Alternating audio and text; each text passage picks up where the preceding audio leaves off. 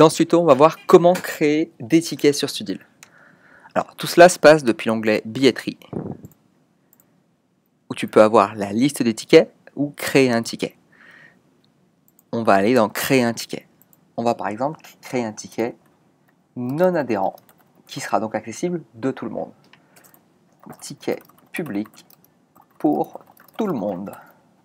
Je choisis de prendre en charge les frais. Alors cette option permet de définir soit les frais bancaires prélevés par l'organisme de paiement utilisé par Studil sont pris en charge par l'association, c'est ce que je choisis ici, ou alors on peut transmettre les frais à l'acheteur, c'est-à-dire qu'ils s'ajoutent en plus du prix du billet pour l'acheteur. Ce ticket pour le week-end de rentrée sera de 120 € pour les non-adhérents, puisqu'il est de 100 € pour les adhérents, qui ont un avantage financier.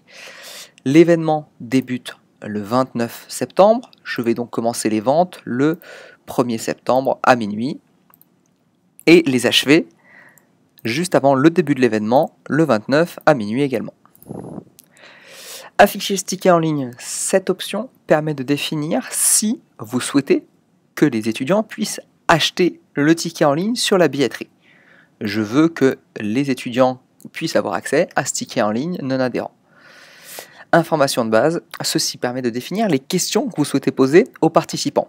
Soit lorsque vous les ajoutez manuellement, vous devrez remplir les champs demandés, ou alors lorsqu'ils achètent leur place en ligne via l'application ou sur le site web, ils ont à remplir ces champs-là. Ici, je choisis informations de base, qui sont le nom, le prénom, le numéro de téléphone et l'email.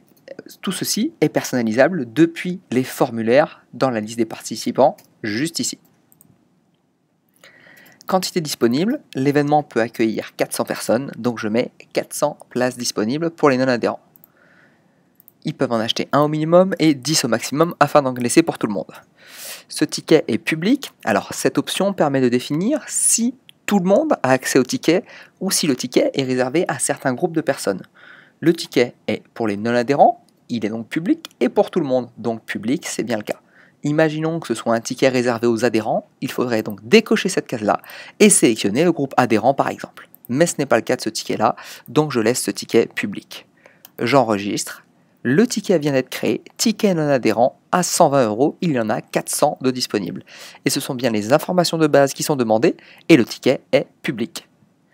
Contrairement au ticket adhérent que j'avais préalablement créé, qui lui est réservé exclusivement aux adhérents. Maintenant, pour pouvoir ajouter un participant, c'est extrêmement simple, c'est depuis l'onglet Participants et Liste des participants où vous pouvez faire ça manuellement si vous avez créé des tickets qui ne sont pas affichés en ligne. Voilà, à très bientôt.